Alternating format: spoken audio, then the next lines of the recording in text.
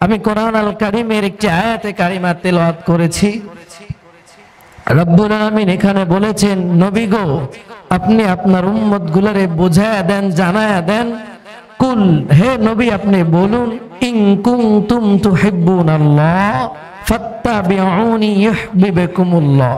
নবী হে, আপনার উম্মতগুলা যদি আমি আল্লাহকে ভালোবাসে তাহলে বুঝে রাখবেন আপনি নবীকে ভালোবাসার কারণে আমি রবকে ভালোবাসা হলো। বলেন সুবহানাল্লাহ।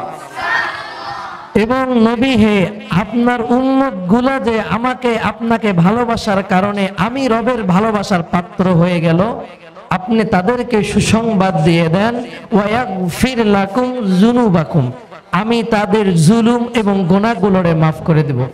সুবহানাল্লাহ। আমাদের জিন্দেগিতে যদি আমরা গুনাহগুলো মাফ পাওয়া যায়, আরো কোনো টেনশন চিন্তা আছে? কোনো টেনশনও নাই, কোনো চিন্তা নাই। এরপর আল্লাহ বলেন, আল্লাহু গফুরুর রহিম, নিশ্চয় আল্লাহ গফুরুর রহিম, ক্ষমাশীল। এই জন্য নবীর মুহাব্বত কিভাবে ঢুকাইতে হবে, নবীর মুহাব্বত নবীর সুন্নত বাদ দিয়ে না নবীর সুন্নতকে গ্রহণ করে, বলেন কথা বুঝেন নাই? নবীকে ভালোবাসতে হইলে নবীর সুন্নত মানতে হবে কি হবে না, বলেন? আর এই নবীর সুন্নত যদি মানতে পারি তাহলে নবীকে মানা হইল। আর নবীকে মানার কারণে যদি নবীকে মানতে পারি তো আল্লাহকে মানা হইল। আর আল্লাহকে মানবে তো আল্লাহর বান্দা আল্লাহর দেওয়া জান্নাত ক্রয় করে নেবে। কথা বলেন ঠিক কিনা? হাদিসের মধ্যে বললাম, মান আহাব্বা সুন্নতি, রাসূল বলেন, ও আমার উম্মতরা শুনে রাখো, মান আহাব্বা সুন্নতি, যে আমার সুন্নতকে আঁকড়ায় ধরলো, মান আহাব্বা সুন্নতি, আমার সুন্নতকে আঁকড়ায় ধরলো, ওই সুন্নতকে আঁকড়ায় ধরার কারণে সে সুন্নতকে ধরে নাই, বরঞ্চ আমি নবীকে আঁকড়ায় ধরছে।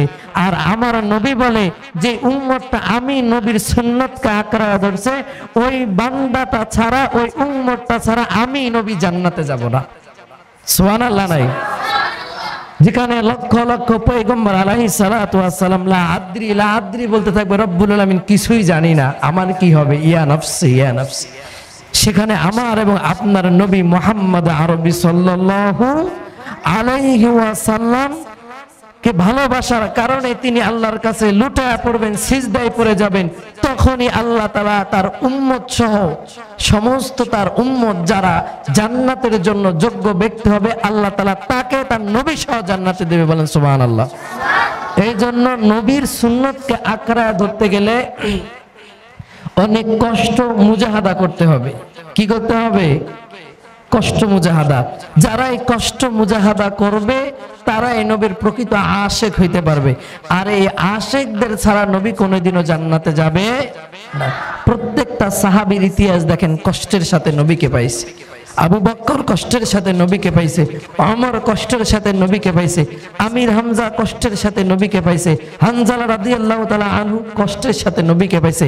প্রত্যেকটা নবী, প্রত্যেকটা সাহাবী কষ্ট করার কারণে নবীকে পাইছে। এই জন্য নবীর যে সাহাবীরা ছিল এরা কি সুন্নত বাদ দিয়ে নবীকে পাইছে না সুন্নত আঁকড়ায় নিয়ে নবীকে পাইছে? কথা বলেন। আর সেই নবীর সুন্নতকে জিন্দা করার জন্য আজকের এই জমিনে এই মাদ্রাসা ঘর আল্লাহ কবুল করছে। বলেন ঠিক কিনা? এই জন্য জীবনের শেষ বিন্দু রক্ত দিয়ে হলেও আল্লাহর জমিনে আল্লাহর রাসূলের আদর্শ, আল্লাহর আদর্শকে স্থাপন করতে হবে। কথা বলেন ঠিক কিনা?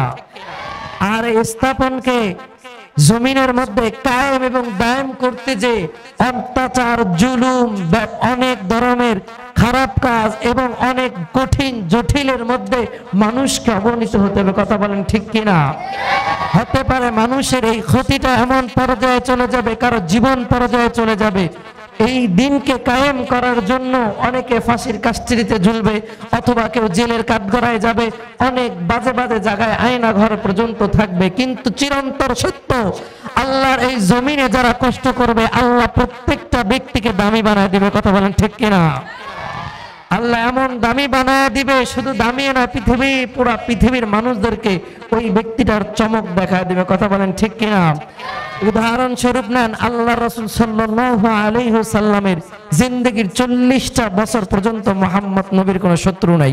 সবাই বলে মুহাম্মদ সত্যবাদী, সাদেক, মুহাম্মদ আমানতদারি, আমিন, সবাই বলতে থাকে। কিন্তু যেদিন থেকে মুহাম্মদ আল্লাহর জমিনে আল্লাহর কোরআন মানুষকে শোনাইতে শুরু করে দিল, সেদিন থেকে মুহাম্মদের প্রতি জুলুম, অত্যাচার আছে। কথা বলেন ঠিক কিনা? আজও বাংলার জমিন থেকে নিয়ে পৃথিবীর প্রত্যেক জায়গার মধ্যে যারা আল্লাহর কোরআনের কথা মানুষদেরকে বলবে, তাদের প্রতি জুলুম, তাদের প্রতি অত্যাচার, নির্যাতন, স্ট্রিম রোলার সহ ফাঁসির কাস্ট্রিতে ঝুলতে হবে। কথা বলেন ঠিক কিনা? এই জন্য কি মুসলমান নবীর আদর্শকে বাদ দিতে পারে? কথা বলে না। আদর্শকে গ্রহণ করে আগাইতে হবে। কথা বলেন ঠিক কিনা?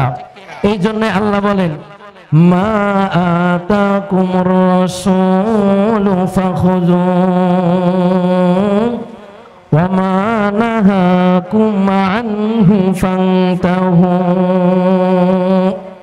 আল্লাহ বলেন, নবী গো, আপনি আমার পক্ষ থেকে আপনার উম্মত গুলারে জানায়া দেন, ওগো নবীজি, তারা যেন আমার নবীর আদর্শটাকে আঁকড়ায় ধরে, এবং আমি নবীর আদর্শ থেকে তারা যেন বিচলিত না হয়, পথভ্রষ্ট না হয়।